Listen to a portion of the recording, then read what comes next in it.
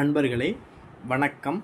நாம் இன்னைக்கு வீடியோ தொகுப்பில் எதை பற்றி நம்ம பார்க்க போகிறோம் அப்படின்னா, அதிரகசிய தாந்திரீக மந்திரத்தை பற்றி தான் நம்ம இன்றைக்கி பார்க்க போகிறோம். அதாவது எதற்காக நான் இதை அதிரகசிய தாந்திரீக மந்திரம் அப்படின்னு சொல்கிறேன் அப்படின்னு வச்சுக்கோங்க. இந்த தாந்திரீக முறையை நம்ம பயன்படுத்தி நம்ம என்ன செய்ய முடியும் அப்படின்னா, இருக்கக்கூடிய அனைத்து தெய்வங்களையுமே நம்ம இருக்கக்கூடிய வீட்டிற்கு இந்த தாந்திரீக முறையையும் இந்த மந்திரத்தை நம்ம பயன்படுத்தி நம்ம என்ன செய்ய முடியும் அப்படின்னா, இருக்கிற அனைத்து தெய்வங்களையுமே நம்மளால் என்ன செய்ய முடியுமோ நம்ம இருக்கக்கூடிய வீட்டுக்கு வர வைக்க முடியும். சரிங்களா? இந்த முறையை பயன்படுத்தி சகல தெய்வங்களையுமே நம்மளுடைய வீட்டிற்கு நம்மளால் என்ன செய்யணும்னா வர வச்சு அதனுடைய பலன்களை நம்மளால் முழுமையாக நம்ம பெற முடியும். சரிங்களா? இதற்காகத்தான் நான் இந்த மந்திரத்தை அதிரகசிய தாந்திரீக மந்திரம் அப்படின்னு சொல்லிட்டு சொல்லப்படுறதுக்கு காரணம் அதுதான். சரிங்களா? இந்த தாந்திரீக முறையை பயன்படுத்தி இந்த மந்திரத்தையும் பயன்படுத்தி நான் என்ன செஞ்சுருக்கேன்னா, என்னுடைய ஆரம்ப காலகட்ட மாந்திரீக பயிற்சியில் நம்ம குரு நம்மளை தேடி வரக்கூடியவங்களுக்கு நம்ம ஒரு சில இந்த தாந்திரீக முறையை நம்ம பயன்படுத்தி நம்ம என்ன செஞ்சுருக்கோம் அப்படின்னா கொடுத்து, அதனால் அவங்க பலன்கள் அடைஞ்சது ஏகப்பட்ட பலன்கள். சரிங்களா? அதனால தான் இந்த மந்திரத்தை பயன்படுத்தி பலன் பெற்றவங்க அந்த வார்த்தைகளை சொல்ல மாட்டாங்க. அது ரகசியமாகவே பயன்படுத்துவாங்க. சரிங்களா? அதனால தான் இது அதிரகசிய தாந்திரீக மந்திரம் அப்படின்னு சொல்லிட்டு சொல்லப்படுறேன். சரிங்களா?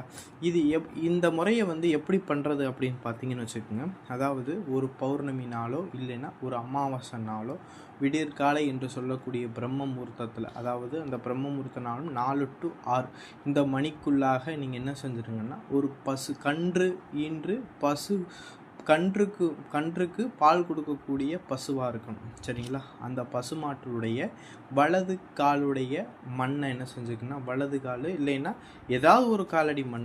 சரிங்களா? அந்த பசுவுடைய காலடி மண்ணை இந்த பிரம்ம முகூர்த்தத்தில் நீங்கள் என்ன செஞ்சுக்கங்கன்னா கொஞ்சோண்டு எடுத்துக்கிட்டு ஒரு தூய்மையான வெள்ளை துணி ஒன்று 3 எடுத்துக்கணும். தூய்மையான வெள்ளை துணி ஒரு கச்சி பளவில் இருக்கிற மாதிரி ஒரு 3 பீஸ் என்ன செஞ்சுக்கங்கன்னா கட் பண்ணி எடுத்து வச்சுக்கணும். அது கச்சி பளவுக்கு இருந்தால் போதும். சரிங்களா? இந்த மாதிரி ஒரு வெண்மையான துணியை கட் பண்ணி எடுத்துக்கிட்டு அந்த துணியில் அந்த பசுவோடைய காலடி மண் என்ன செஞ்சுக்கோங்கன்னா, அந்த 3 துணியிலையுமே என்ன செஞ்சோன்னா கொஞ்சம் கொஞ்சம் எடுத்து வச்சுக்கோங்க.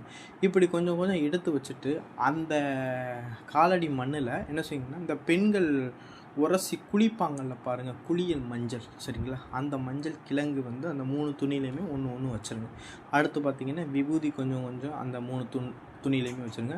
அடுத்து சந்தனம் கொஞ்சம் கொஞ்சம் வச்சுருங்க. அடுத்து பார்த்திங்கன்னு வச்சுக்கோங்க, குங்குமம் கொஞ்சம் கொஞ்சம் வச்சுருங்க. கொஞ்சோண்டு பச்சை கற்பூரமும் கொஞ்சம் கொஞ்சம் வச்சுட்டு இந்த துணியை என்ன செஞ்சீங்க, அப்படியே இந்த 3 துணியையுமே அப்படியே ஒரு முடிச்சு போல் கட்டிடுங்க.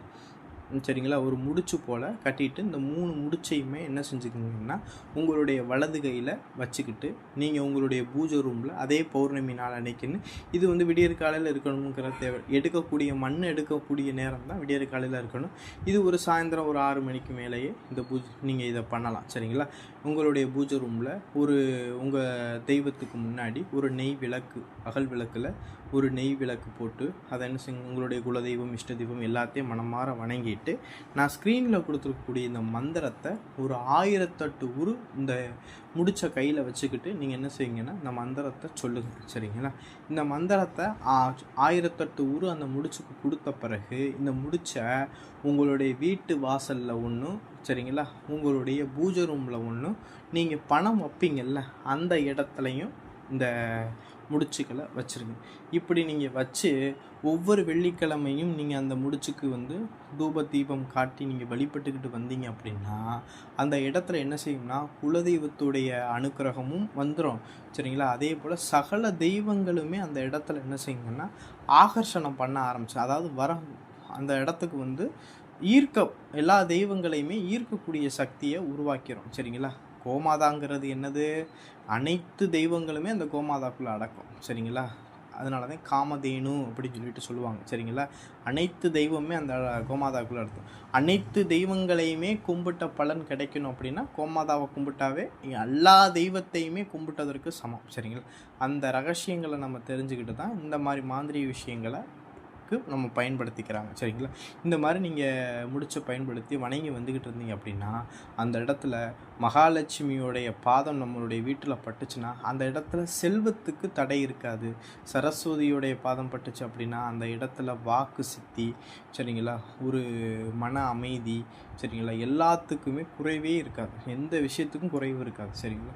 அதனால் இந்த மாதிரி நம்ம சூட்சுமமாக வச்சு ஒரு எளிமையான தாந்திரிக முறையை நம்ம வச்சு வணங்கும் போது எல்லா விஷயங்களையும் எல்லா பலன்களையுமே நம்மளால் ஈஸியாக பெற முடியும். சரிங்களா? நான் ஸ்க்ரீனில் கொடுத்துருக்கூடிய மந்திரத்தை தான் இந்த முடிச்சுக்கு நீங்கள் என்ன செய்யணும்னா ஜபம் பண்ணணும். சரிங்களா? இந்த மந்திரம் ஜபம் பண்ணக்கூடிய காலகட்டங்களில் தூய்மையாக சுத்தபத்தமாக அந்த பூஜை ரூமில் சாம்பிராணி புகை போட்டு ஒரு நறுமணமாக இருக்கணும். சரிங்களா? இதை நீங்கள் கட்டிக்கிட்டீங்க அப்படின்னா குலதெய்வத்துடைய அனுக்கிரகமும் ஈஸியாக கிடச்சி போயிடும். ஒரு வீட்டில் இந்த பேய் பிசாசு துஷ்ட சக்திகள் இந்த ஏவல் பில்லி சூனியம்லாம் இருந்துச்சுனாலும் இதை கட்டினாலும் அந்த இடத்துல அதனால் நிற்க முடியாது. சரிங்களா? அவ்வளவு சக்தி வாய்ந்தது. சரிங்களா? ஒரு சில தாந்திரிக முறைகள்லாம் இருக்குது. ஏதாவது ஒரு வீட்டில் செய்வனையோ துஷ்ட சக்தியோ இருந்துச்சுன்னா அந்த இடத்துல போய் பசுமாட்டை கட்டணும் அப்படின்னா அதை வச்சே கண்டுபிடிச்சி போடலாம். பசுமாடு உதற ஆரம்பிச்சிருச்சு அப்படின்னா அந்த இடத்துல துஷ்ட சக்தி இருக்குது அப்படின்னு அர்த்தம். பசுமாடை நிம்மதியாக தூங்க ஆரம்பிச்சிருச்சு, நல்லா நிம்மதியாக இருக்குது, எந்த பிரச்சனை இல்லாமல் இருக்குது அப்படின்னா ஒன்றும் எதுவும் பிரச்சனை இல்லை அப்படிங்கிறத கண்டுபிடிக்கிறதுக்காகவே ஒரு சில விஷயங்களை மாந்திரிகத்தில் சொல்லப்பட்டிருக்கு. சரிங்களா? அதனால் இது எல்லாருமே பயன்படுத்துங்க. இவங்க தான் பயன்படுத்தணும் அப்படிங்கிற அவசியம் கிடையாது. இதை வீடியோ பார்க்கக்கூடிய எல்லாருமே இந்த விஷயத்த பண்ணி வச்சுக்கோங்க. சரிங்களா? பலன் கொடுக்கும். இதை தொடர்ச்சியாக நீங்கள் கும்பிட்டுட்டு வரணும். சரிங்களா? ஒரு 2 மாதம் நீங்கள் இதை தொடர்ச்சியாக நீங்கள் கும்பிட்டுட்டு வந்தாவே இதோடைய பலன் நீங்கள் ஈஸியாக பெற முடியும். சரிங்களா? இது அனுபவத்தில் கை மேலே பலன் தரக்கூடிய ஒரு அற்புதமான விஷயம். இதை நான் எதற்காக அதிரகசியம் திருப்பி சொல்கிறேன் அப்படின்னா இது ரொம்ப ரொம்ப ரொம்ப பலன் தரக்கூடிய ஒரு அற்புதமான விஷயம். சரிங்களா? அதனால் இதை எல்லாருமே பயன்படுத்துங்க. இந்த வீடியோ பதிவு பிடிச்சிருந்துச்சு அப்படின்னா நம்மளுடைய சிவரத்ன மகாகாளி அருள்வாக்குப்பீடம் சேனலை சப்ஸ்கிரைப் பண்ணாதவங்க சப்ஸ்கிரைப் பண்ணிக்கிங்க. நன்றி, வணக்கம்.